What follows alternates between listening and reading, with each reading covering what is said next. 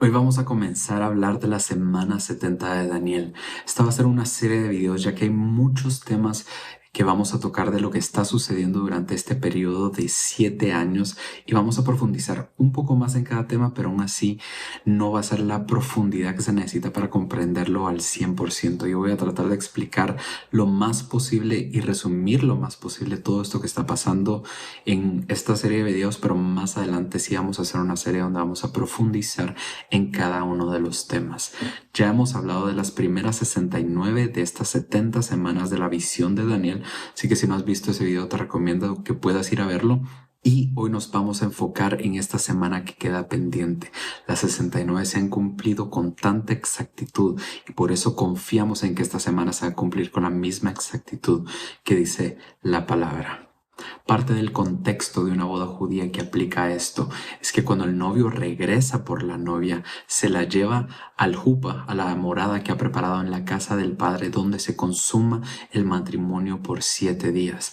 Durante estos 7 días, los convidados a la boda están celebrando afuera de la casa del padre, en los festejos y todo, hasta que se consuma por completo el matrimonio después de estos 7 días dentro del jupa. Luego ya el novio presenta a la novia después de los 7 días. Entonces estamos viendo que justo son 7 días, es una semana de Daniel, la semana 70. Esto es un periodo de 7 años que platicamos anteriormente. Igual dimos el contexto de que la palabra que se refiere a semanas es un ciclo de 7 años en el caso de esta profecía y de algunas otras que podemos encontrar en la Biblia, pero este específicamente es un ciclo de 7 años, que es lo mismo que el periodo de 7 años de la tribulación. Así que aquí tenemos el contexto de la boda judía, vemos la semana 70 de Daniel, vemos la consumación del matrimonio, que hablamos un poco de eso en los videos anteriores del rapto, y ahora vemos qué es lo que está pasando en la tierra. Ya hablamos de lo que está pasando en el cielo, la adoración celestial, el tribunal bima de la iglesia. Ahora vamos a hablar de lo que está pasando aquí en la tierra durante esos 7 años. Vamos a comenzar en Daniel capítulo 9, versículo 26 y 27, que dice: Y después de las 72 semanas se quitará la vida al Mesías, mas no por sí, y el pueblo de un príncipe que ha de venir destruirá la ciudad y el santuario, y su fin será con inundación, y hasta el fin de la guerra durarán las devastaciones. Y por otra semana confirmará el pacto con muchos. A la mitad de la semana hará cesar el sacrificio y la ofrenda. Después, con la muchedumbre de las abominaciones, vendrá el desolador, hasta que venga la consumación y lo que está determinado se derrame sobre el desolador. Cabe mencionar también que esta profecía o esta visión de las 70 semanas de Daniel está tratando con el pueblo de Israel, con la descendencia de este pueblo de Israel. No está tratando directamente con la iglesia, pero hay cosas que van a estar pasando aquí en la tierra con miembros de la iglesia, pero hay cosas que van a estar pasando también en el cielo, que platicamos un poco de eso. Pero esta profecía aplica específicamente al pueblo de Israel. Vemos que menciona que hay alguien que va a confirmar el pacto con muchos. Este es un pacto de paz que va a ser confirmado por el anticristo. Así que vamos a empezar a ver el surgimiento del anticristo. Nuevamente, este es un tema bastante extenso que pudiéramos hablar por mucho tiempo de esto. Lo vamos a dividir conforme van pasando los sucesos. Así que ahorita vamos a introducir precisamente el surgimiento del anticristo, que es esto, y que va a confirmar un pacto de paz durante una semana, durante 7 días, pero hablamos que a la mitad de la semana va a hacer cesar el sacrificio y la ofrenda, y después, con las muchas de las abominaciones que va a hacer, vendrá el desolador. Ok, este es un contexto del inicio de lo que estamos hablando del surgimiento del anticristo. Entonces va a confirmar un pacto de paz durante una semana. En eso nos vamos a enfocar ahora. Más adelante vamos a desarrollar más de esto, pero ahora vamos a ver también varios versículos que hacen referencia a este ciclo, que de hecho se divide, como lo vieron acá, que a la mitad del periodo va a pasar esto de hacer cesar el sacrificio. Vamos a ver muchos versículos que nos van a estar guiando a la primera mitad y a la segunda mitad de este ciclo de 7 años. Vamos a uno de estos y lo podemos encontrar en algo que ya vimos un poco de contexto anteriormente, pero esto es la mujer y el dragón. Esto lo encontramos en Apocalipsis capítulo 12, versículo 6, que dice: Y la mujer huyó al desierto, donde tiene lugar preparado por Dios, para que allí la sustenten por 1260 días. Otra cosa que cabe mencionar es que los años que vamos a estar viendo en esto y en estas profecías son los años que se manejaban anteriormente en el calendario hebreo, en el calendario lunar que estaban utilizando, y estos son años de 360 días y no 365. Así que si vemos aquí 1260 días, esto equivale a exactamente 3.5 años. Yo creo personalmente que esto también se refiere a un tema que vamos a tocar más adelante, los 144,000 sellados, pero que dice que tienen un lugar donde será resguardada por estos primeros 3.5 años de la tribulación. Vamos a continuar ahora con las dos bestias. Nuevamente una visión de Daniel. Esto lo encontramos en Daniel capítulo 8, versículo 9. Específicamente el versículo que vamos a tratar es: y de uno de ellos salió un cuerno pequeño que creció mucho al sur y al oriente y hacia la tierra gloriosa.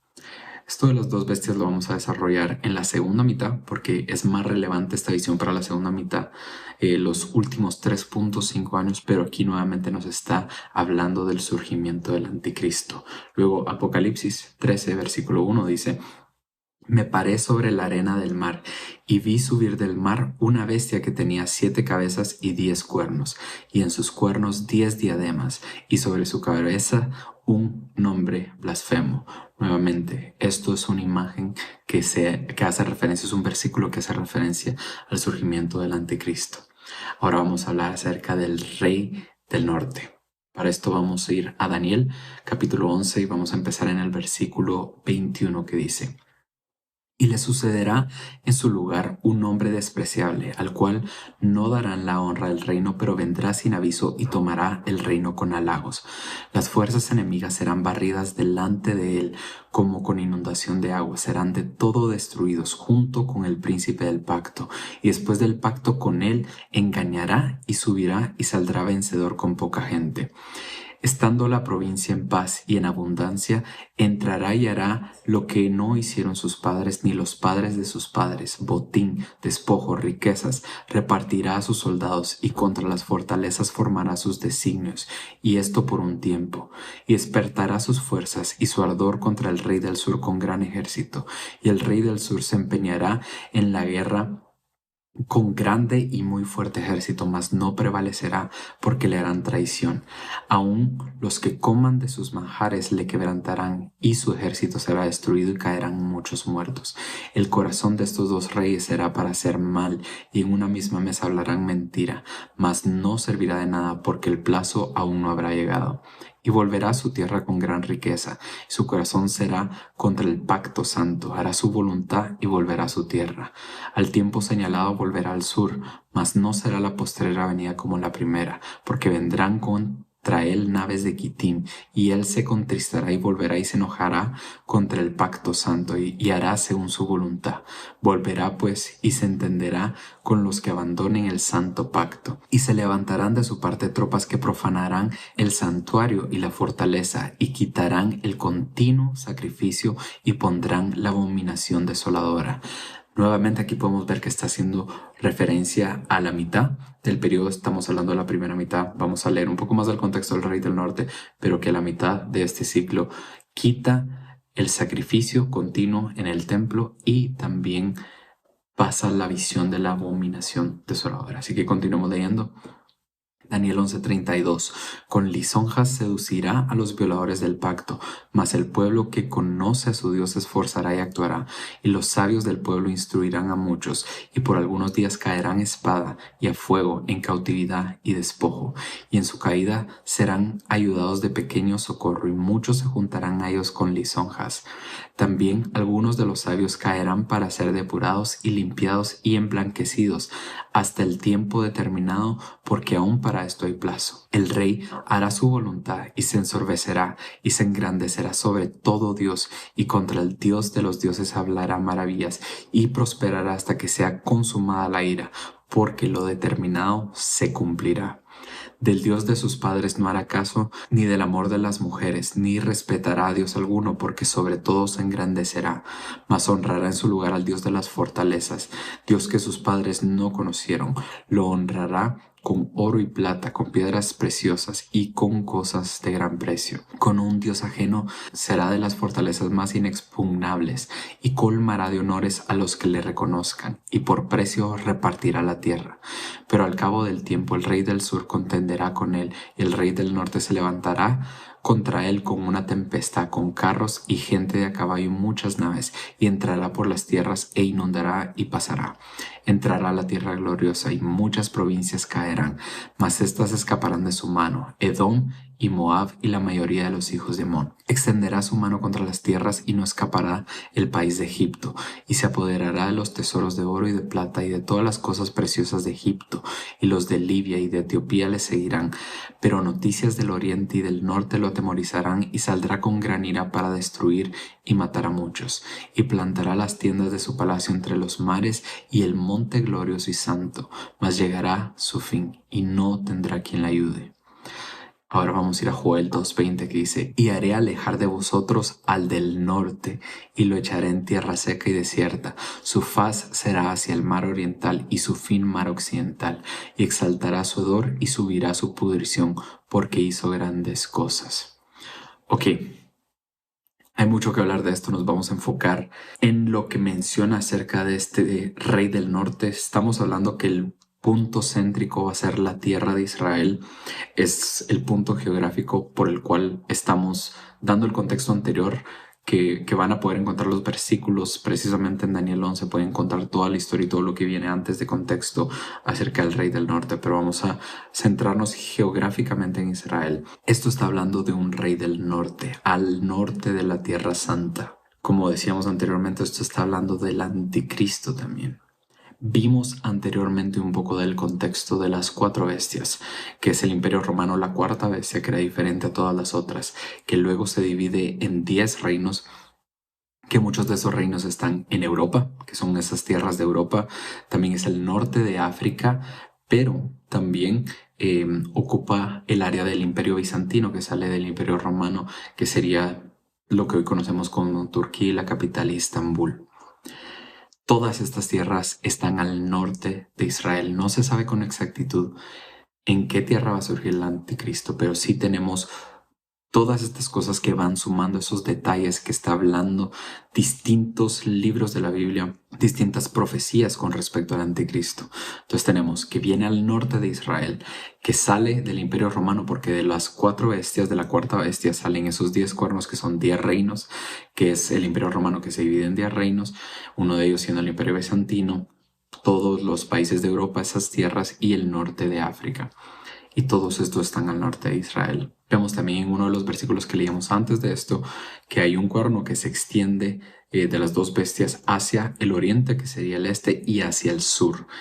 Y vemos también, si nos ponemos en un mapa, lo voy a poner por acá, pero vemos todas estas tierras de Europa, Medio Oriente y el norte de África, todas están al noroeste de la tierra de Israel. Entonces todas están en el norte y se extienden hacia el este, también hacia el oriente.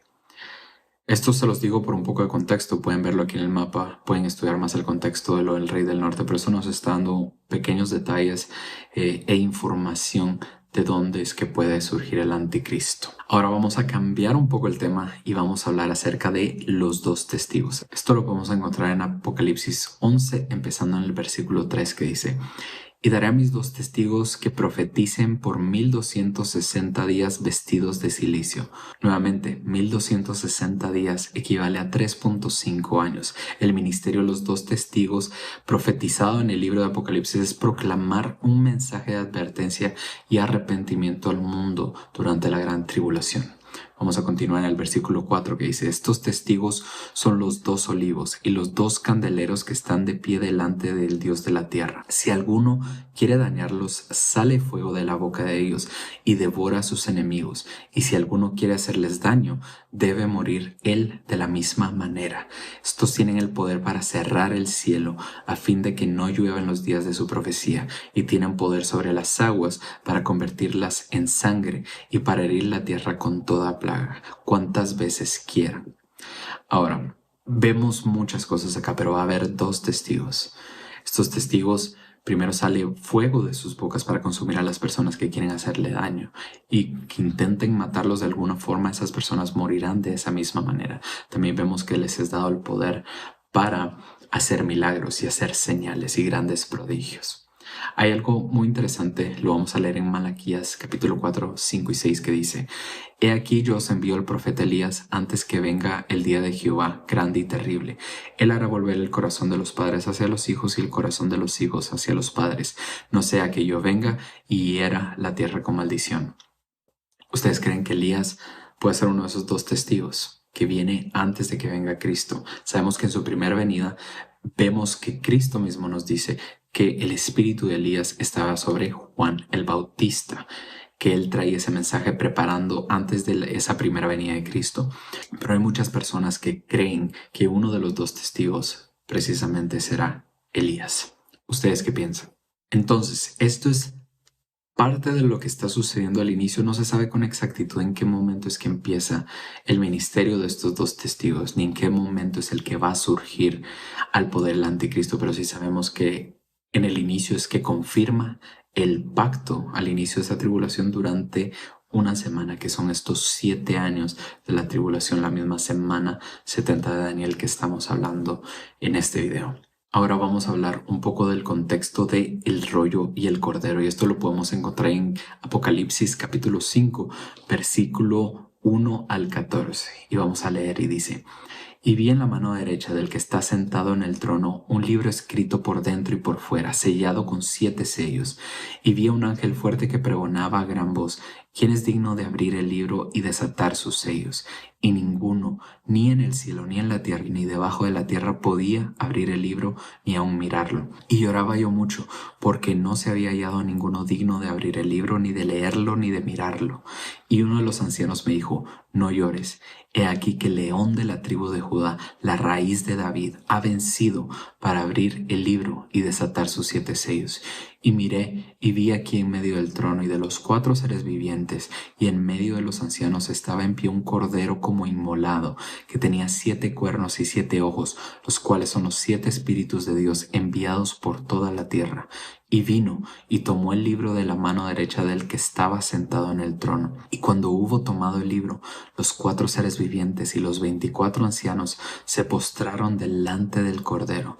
Todos tenían arpas y copas de oro llenas de incienso, que son las oraciones de los santos, y cantaban un nuevo cántico diciendo: Digno eres de tomar el libro y de abrir sus sellos, porque tú fuiste inmolado, y con tu sangre nos has redimido para Dios de todo linaje y lengua y pueblo y nación, y nos has hecho para nuestro Dios reyes y sacerdotes, y reinaremos sobre la tierra. Y miré, y oí una voz de muchos ángeles alrededor del trono, y de los seres vivientes y de los ancianos, y su número era millones de millones, que decían a gran voz: El Cordero que fue inmolado es digno de tomar el poder, las riquezas, la sabiduría, la fortaleza, la honra, la gloria y la alabanza, y todo lo creado que está en el cielo y sobre la tierra y debajo de la tierra y en el mar, y a todas las cosas que en ellos hay. Oí decir al que está sentado en el trono y al Cordero sea la alabanza, la honra, la gloria y el poder por los siglos de los siglos.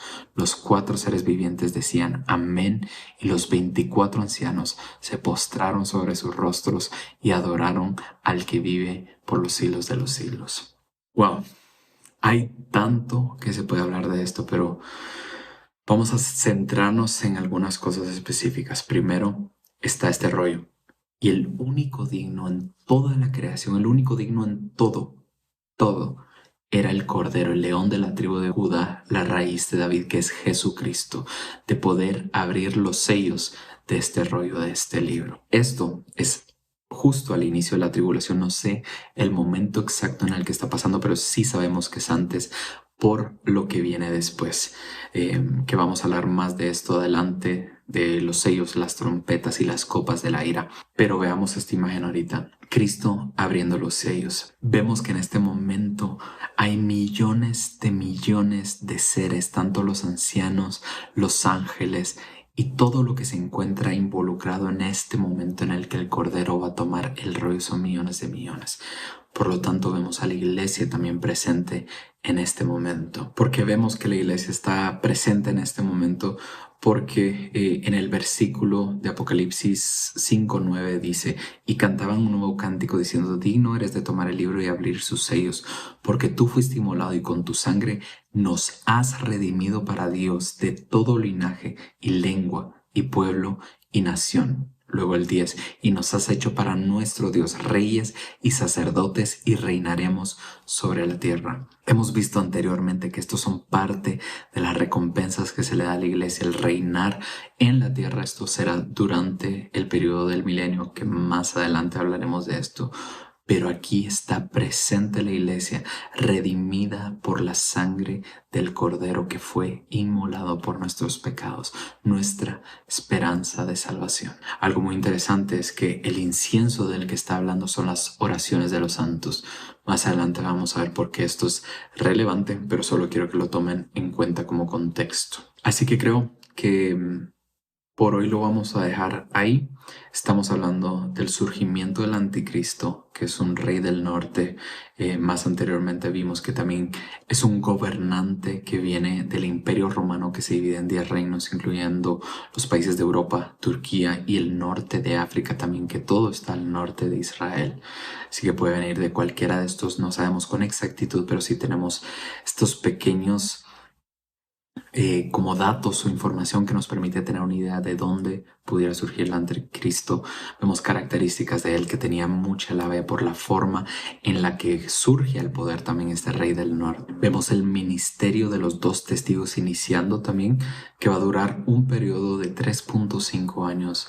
Nuevamente la primera parte de la tribulación, que su ministerio es predicar el evangelio y la salvación en Cristo. Este es un punto donde también se menciona que el evangelio será predicado a todas las naciones, a todo el mundo. Ya sabemos que en este momento la iglesia ya no está presente, los que ya han sido sellados por el Espíritu Santo, la novia, podemos decir, porque sí creo que hay personas que aún van a ser salvas durante el periodo de la tribulación. Estos serán convidados a las bodas del Cordero, pero creo personalmente que no serán parte de la novia, por lo que hemos hablado acerca del contexto de cómo funciona, pero sí serán convidados a las bodas del Cordero. Así que vamos a dejarlo por ahí. Creo que tenemos bastante contexto. Hablamos también de esto de el rollo y el Cordero, de los sellos, que será lo que hablaremos en el próximo video.